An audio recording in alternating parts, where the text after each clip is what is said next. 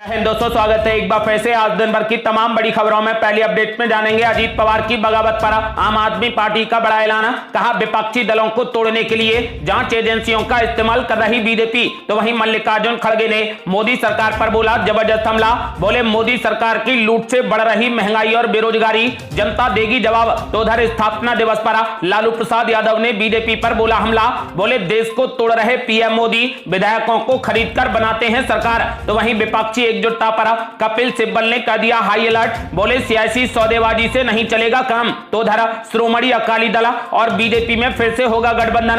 हरसिमरत कौर बादल फिर से बन सकती हैं मंत्री। तो वहीं शिवसेना और एनसीपी के बाद अब महाराष्ट्र कांग्रेस में बड़ी फूट का खतरा, अटकलों का बाजार हुआ गर्म। और भी बड़ी खबरों को जानेंगे विस्तार से, लेकिन उससे पहले यदि आप भी मानते हैं कि देश की जनता बदलाव चाहती है तो इस वीडियो को लाइक कर, चैनल को लाल बटन दबाकर सब्सक्राइब करें और कमेंट बॉक्स में लिखें जय हिंद। दरअसल दोस्तों, आपको बता दें कि राष्ट्रवादी कांग्रेस पार्टी यानी एनसीपी में अजीत पवार के नेतृत्व में हुई बगावत को लेकर दिल्ली के मुख्यमंत्री अरविंद केजरीवाल की आम आदमी पार्टी ने बीजेपी और केंद्र सरकार पर निशाना साधा। न्यूज एजेंसी पीटीआई के मुताबिक आम आदमी पार्टी के राज्यसभा सांसद संजय सिंह ने कहा कि यह सबूत है कि केंद्र सरकार जांच एजेंसियों का इस्तेमाल कर विपक्षी दलों को तोड़ने की कोशिश कर रही है। उन्होंने कहा कि यह बीजेपी का असली चेहरा है। महाराष्ट्र में जो कुछ भी हुआ वो ये दिखाता है कि कैसे सीबीआई और ईडी जैसी एजेंसियों का प्रयोग किया जा रहा है। आम आदमी पार्टी नेता संजय सिंह ने प्रधानमंत्री नरेंद्र मोदी पर आरोप लगाते हुए कहा कि पीएम मोदी भ्रष्टाचारियों पर कार्रवाई नहीं करते,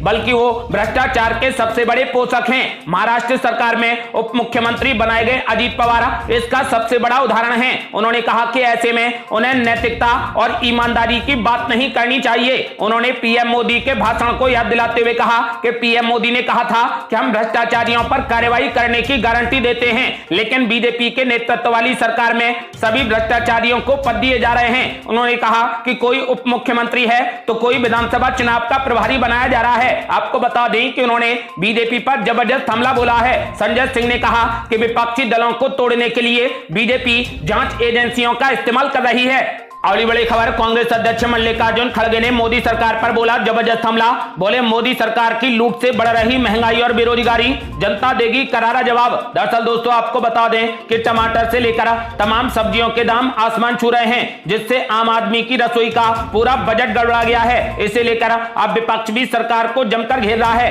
कांग्रेस अध्यक्ष मल्लिकार्जुन खड़गे ने मोदी सरकार को महंगाई के मुद्दे पर एक बार फिर से जमकर घेरा है। मल्लिकार्जुन खड़गे ने कहा कि महंगाई और बेरोजगारी लगातार बढ़ रही है और बीजेपी सत्ता के लालच में पड़ी है। उन्होंने कहा कि जनता बीजेपी के खोखले नारों का जवाब उसके खिलाफ वोट करके देगी। मल्लिकार्जुन खड़गे ने महंगाई को लेकर मोदी सरकार पर जबरदस्त प्रहार किया है। कांग्रेस अध्यक्ष मल्लिकार्जुन खड़गे ने कहा कि मोदी सरकार की लूट से महंगाई और बेरोजगारी दोनों ही लगातार बढ़ रही हैं, पर भाजपा सत्ता के लालच में लीन है। उन्होंने कहा कि सब्जियों के दाम आसमान छू रहे हैं। मल्लिकार्जुन खड़गे ने कहा कि नरेंद्र मोदी जी, देश की जनता जानती है कि चुनाव के पहले आप अच्छे दिन अमृतकाल जैसे नारों पर काम कर रहे हैं, ताकि विज्ञापनों की लीपापोती से आपकी नाकामी छिप जाए। मल्लिकार्जुन खड़गे ने कहा कि पर इस बार ऐसा नहीं होगा।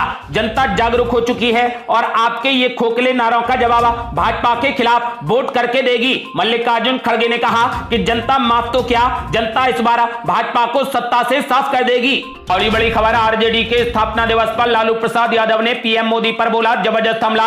बोले देश को तोड़ रहे पीएम मोदी, विधायकों को खरीद कर बनाते हैं सरकार। दरअसल दोस्तों, आपको बता दें कि पार्टी के स्थापना दिवस पर आरजेडी सुप्रीमो लालू प्रसाद यादव बुधवार को पीएम नरेंद्र मोदी और बीजेपी पर जमकर हमलावर दिखे। स्थापना दिवस पर प्रदेश कार्यालय में सभा को संबोधित करते हुए लालू प्रसाद यादव ने कहा कि आज आरजेडी के 27 साल हो गए हैं। उन्होंने कहा कि देश में अब भाईचारे को तोड़ा जा रहा है, नफरत फैलाई जा रही है। उन्होंने कहा कि नरेंद्र मोदी देश को तोड़ रहे हैं। लालू प्रसाद यादव ने कहा कि बाबा साहेब ने जो संविधान दिया था उसको बीजेपी खत्म कर रही है। हर क्षेत्र में और हर चुनाव में आरजेडी ने कीर्तिमान स्थापित किया है। उन्होंने कहा कि आरजेडी अपने स्थापना काल से लेकर अब तक मजबूती से देश की एकता, धर्मनिरपेक्षता के लिए खड़ी है। विधायकों की खरीद बिक्री कर नरेंद्र मोदी सरकार बनाते हैं। पार्टी के स्थापना दिवस पर लालू प्रसाद यादव यही नहीं रुके। उन्होंने बीजेपी को निशाने पर लेते हुए आगे कहा कि मोदी सरकार में महंगाई है, गरीब तबाह हो गया है, लालू प्रसाद यादव ने बिहार और देशवासियों से अपील करते हुए कहा कि झुकना नहीं है। इस कार्यक्रम के दौरान पार्टी के तमाम वरिष्ठ नेता मौजूद रहे। नौकरी के बदले जमीन मामले में तेजस्वी यादव के खिलाफ भी आरोप पत्र दाखिल किया गया है। लालू प्रसाद यादव ने कहा कि जो आवाज उठा रहा है उसके पीछे जांच एजेंसियों को लगाया जा रहा है। लालू प्रसाद यादव ने कहा कि आवाज दबाने की कोशिश है, लेकिन कोई डरने वाला नहीं है।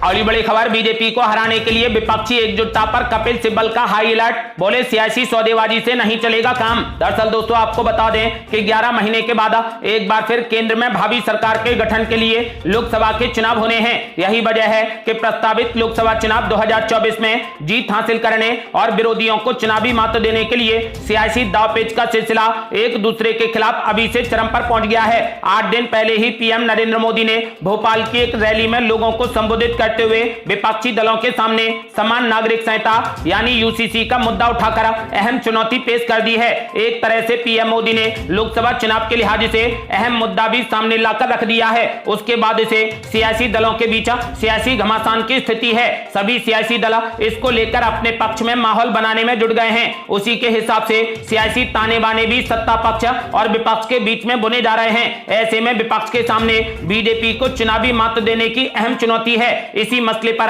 पूर्व कानून मंत्री कपिल सिब्बल से पूछा गया कि क्या विपक्षी दलों के नेता पीएम मोदी को आगामी लोकसभा चुनाव में चुनौती दे पाएंगे, तो कपिल सिब्बल ने विपक्षी एकता को लेकर 23 जून को संपन्न हुई पटना मीटिंग का जिक्र करते हुए कहा कि मैं विपक्षी दलों की एकता के मामले को लेकर बहुत ही आशावादी हूं। किसी भी लोकतंत्र को मजबूत विपक्ष के दम पर ही सुरक्षित रखा जा सकता है। इस मामले में अहम समस्या सबका एक साथ एक मंच पर आना है। टाइम्स नाउ के फ्रैंकली स्पीकिंग कार्यक्रम में बोलते हुए कपिल सिब्बल ने कहा कि कोई भी व्यक्ति स्टेट से ज्यादा अहम नहीं है। सभी को स्टेट के अंदर रहकर ही खुद को रिप्रेजेंट करना होता है। इस मामले में कांग्रेस पार्टी के पास में अभी संख्या बल नहीं है। इसके बावजूद भी विपक्षी एकता की संकल्पना को कांग्रेस को केंद्र में रखकर ही मूर्त रूप दिया जा सकता है। कपिल सिब्बल ने आगे कहा कि बीजेपी को सत्ता से बेदखल करने के लिए विपक्षी दलों को न्यू विजन पर काम करना होगा। उसका यह विजन सत्ताधारी पार्टी और केंद्र की सरकार से अलग होना चाहिए। उन्होंने कहा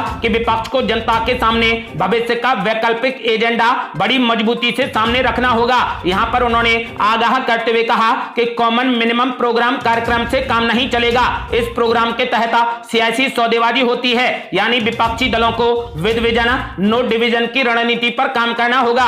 कपिल सिब्बल ने कहा कि सभी के लिए 12वीं कक्षा तक फ्री स्कूलिंग एक एजेंडा हो सकता है। ये एक ऐसा एजेंडा है जो आम लोगों की जरूरतों का हिस्सा है। इसी तरह कई अन्य मुद्दे हैं जिस पर सहमति बनाकर विपक्षी दलों के नेता सत्ताधारी पार्टी बीजेपी को चुनौती दे सकते हैं। अगली बड़ी खबर, लोकसभा चुनाव 2024 से पहले बीजेपी लगातार बढ़ाती जा रही अपना कुनबा। अब श्रोमणी अकाली दल और बीजेपी में फिर से गठबंधन की अटकलें। हरसिमरत कौर बादल फिर से बन सकती हैं मंत्री। दरअसल दोस्तों आपको बता दें कि अगले साल होने वाले लोकसभा चुनाव की बिसात अभी से बिछनी शुरू हो गई है। राजनीतिक पार्टियां बड़े जोर शोर से चुनावी रणनीति बनाने में लगी है। इसी बीच पंजाब में एक बार फिर श्रोमणी अकाली दल और बीजेपी के बीच में गठबंधन हो सकता है। बेशक बीजेपी के कुछ स्थानीय नेता इससे सहमत नहीं है, लेकिन केंद्रीय नेतृत्व इससे खुश है। आपको बता दें कि श्रोमणी अकाली दल का रुख भी अब बीजेपी के प्रति नरम हो गया है। मीडिया रिपोर्ट्स की माने तो बीजेपी और अकाली दल में गठबंधन पूरे तरीके से तय हो गया है। दोनों पार्टियों के बीच सीटों के फॉर्मूले से लेकर चुनावी रणनीति तक सब कुछ तय हो चुका है। अब सिर्फ गठबंधन की घोषणा का इंतजार है। हालांकि दोनों पक्षों की ओर से इस बारे में कोई भी आधिकारिक पुष्टि अभी तक नहीं की गई है। एबीपी न्यूज की सहयोगी वेबसाइट एबीपी साझा पर प्रकाशित एक खबर के अनुसार अगर श्रोमणी अकाली दल और बीजेपी के बीच गठबंधन होता है तो मोदी कैबिनेट में एक बार फिर से अकाली दल की सांसद हरसिमरत कौर बादल को शामिल किया जा सकता है। गठबंधन के ऐलान के बाद ही मोदी सरकार अपने मंत्रिमंडल को अंतिम रूप देगी। केंद्रीय मंत्रिमंडल के इस नए विस्तार में अकाली दल की सांसद हरसिमरत कौर बादल को दोबारा मोदी कैबिनेट में कोई बड़ी जिम्मेदारी दी जा सकती है। सूत्रों के मुताबिक इस बार गठबंधन की पहला अकाली दल नहीं बल्कि बीजेपी कर रही है। इसका मुख्य कारण विपक्षी दलों का महागठबंधन बताया जा रहा है। बेशक बीजेपी दावा कर रही है कि विपक्ष का महागठबंधन उनके लिए कोई मायने नहीं रखता है, लेकिन अंदरूनी हकीकत यह है कि बीजेपी अपने से टूट चुके दलों को फिर से एक करने की कोशिश कर रही है। पंजाब में अकाली दल के साथ गठबंधन भी इसी रणनीति का हिस्सा है। आपको बता दें कि माना जा रहा है कि जल्द ही श्रोमणी अकाली दल बीजेपी का हिस्सा बनेगी।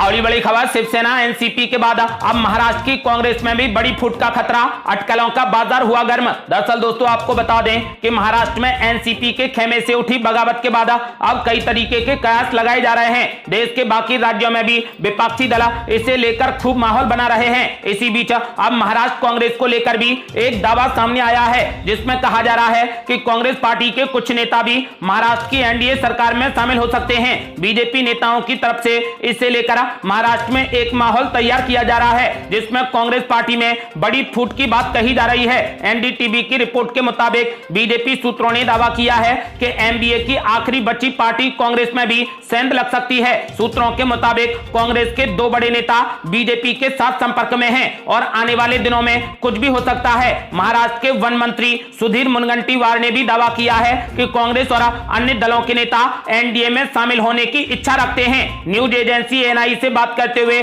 सुधीर मुनगंटीवार ने कहा कि सिर्फ कांग्रेस ही नहीं बल्कि कई ऐसे नेता हैं जो अपनी पार्टी से खुश नहीं हैं, क्योंकि उनके बड़े नेता स्वार्थ से भरे हुए हैं। वो चीन और पाकिस्तान की तरह पीएम मोदी को नहीं चाहते हैं और देश के विकास में बाधाएं पैदा कर रहे हैं। आपको बता दें कि ऐसा माना जा रहा है कि अब महाराष्ट्र में कांग्रेस पार्टी में भी बड़ी सेंध लग सकती है। और ये बड़ी खबर, अजीत पवार के कारण एमबीए में मची बड़ी हलचल, विधायकों को एकजुट करने कांग्रेस पार्टी और शिवसेना में बड़ी बैठक। दरअसल दोस्तों आपको बता दें कि एमबीए में टूट से महाविकास अघाड़ी में हलचल बढ़ गई है। कांग्रेस और शिवसेना उद्धव गुट ने अपने अपने विधायकों को एकजुट करने की कवायद शुरू कर दी है। इसी सिलसिले में कांग्रेस पार्टी और शिवसेना यूबीटी ने पार्टी पदाधिकारियों और विधायकों के साथ बड़ी बैठक की। कांग्रेस विधायक दल की बैठक में महाराष्ट्र विधानसभा में विपक्ष के नेता पद पर दावा पेश करने से पहले राज्य में बदले राजनीतिक घटनाक्रम के बीच देखो और इंतजार करो की रणनीति अपनाने का फैसला लिया गया। यह बैठक महाराष्ट्र के प्रभारी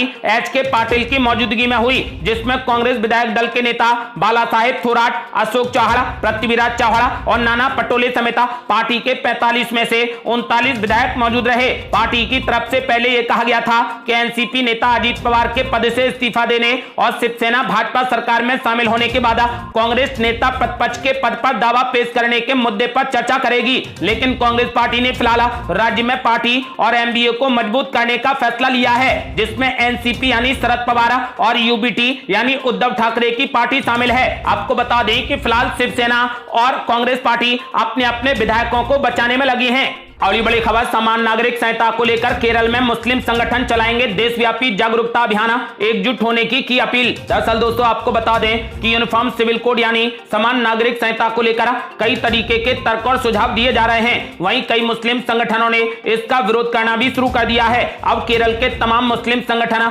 इसके विरोध में एक बड़ी मुहिम चलाने की तैयारी कर रहे हैं। इंडियन यूनियन मुस्लिम लीग और केरल के कई मुस्लिम संगठनों ने समान विचारधारा वाले संगठनों से देश भर में प्रस्तावित समान नागरिक संहिता का विरोध करने के लिए एकजुट होने का आह्वान किया है। इसके अलावा मुस्लिम संगठनों ने इस बात पर भी जोर दिया कि इस पूरे मामले को मुस्लिमों का मुद्दा नहीं बनने दिया जाना चाहिए, क्योंकि इससे पूरे देश की सामाजिक व्यवस्था प्रभावित होगी। उत्तरी केरल के कोझिकोड में आयोजित एक बैठक में कई मुस्लिम संगठनों के नेताओं ने कहा कि इसके लिए आने वाले वक्त में कई सेमिनार आयोजित किए जाएंगे, जिसमें इस समस्या को मुस्लिम केंद्रित नहीं बनाने और इसे लेकर जागरूकता फैलाने का काम किया जाएगा।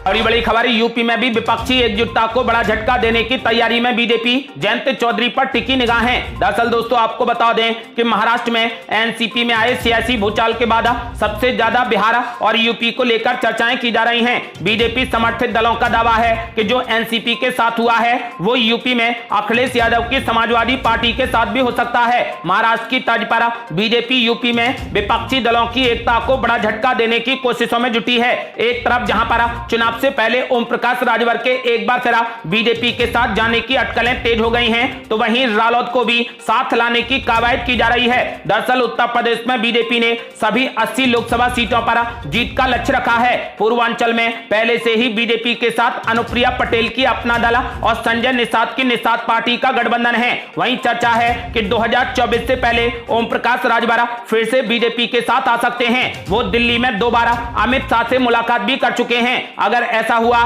तो पूर्वांचल में बीजेपी काफी मजबूत स्थिति में आ जाएगी। ऐसे में बीजेपी के मिशन 80 के सपने को रालोद की वजह से पश्चिम यूपी में झटका लग सकता है। इसी वजह से बीजेपी रालोद अध्यक्ष जयंत चौधरी को भी अपने पाले में करने की तैयारी कर रही है। ये थी अब तक की बेहद बड़ी खबरें। रोजाना की ताजा खबरों को जानने और हमसे जुड़ने के लिए चैनल को लाल बटन दबाकर सब्सक्राइब करें और घंटी बटन भी दबा दें। जल्दी मिलते हैं बड़ी अपडेट के साथ, तब तक के लिए जय हिंद, जय भारत।